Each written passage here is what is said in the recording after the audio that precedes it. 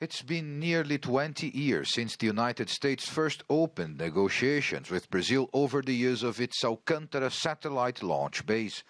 But talks failed as the two sides could not agree on measures that would safeguard U.S. technology. Now the government says a deal is at hand and the formal agreement is expected to be signed during President Jair Bolsonaro's trip to the U.S. Analysts in Brazil say choosing Donald Trump as the first foreign leader to visit shows just how much the government values the U.S. as an ally, even its top strategic partner in the world, and the Alcântara agreement gives it something concrete to show for it. This international relations professor says the direction relations are taking comes in stark departure from Brazil's multilateral foreign policy tradition.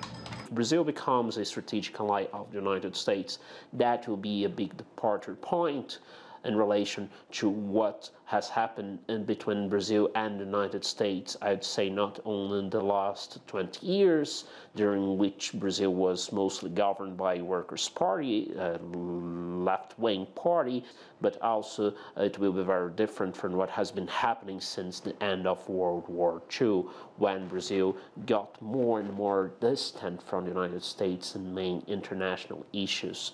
Beyond the Alcântara Accord, the agenda for the two presidents will include defense cooperation, trade, ways to combat transnational crime, and the volatile situation in Venezuela. Presidents Donald Trump and Jair Bolsonaro seem to share much ideological common ground.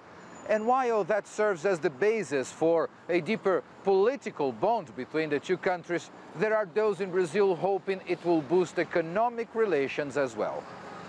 I believe that if the two presidents have affinities on the ideological front, it makes it easier to advance on the technical fronts.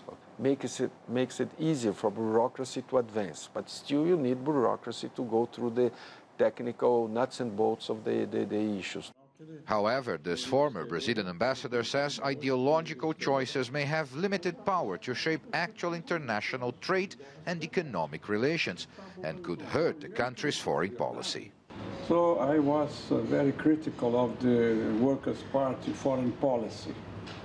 Now we are beginning to realize that perhaps the current foreign policy will have a very important ideological weight as well, bearing as well, with a different signal. There was a left-wing foreign policy, now a right-wing foreign policy. Jair Bolsonaro promised a shift in Brazil's foreign policy priorities and strategy. The alliance with the U.S. is a key element of this plan.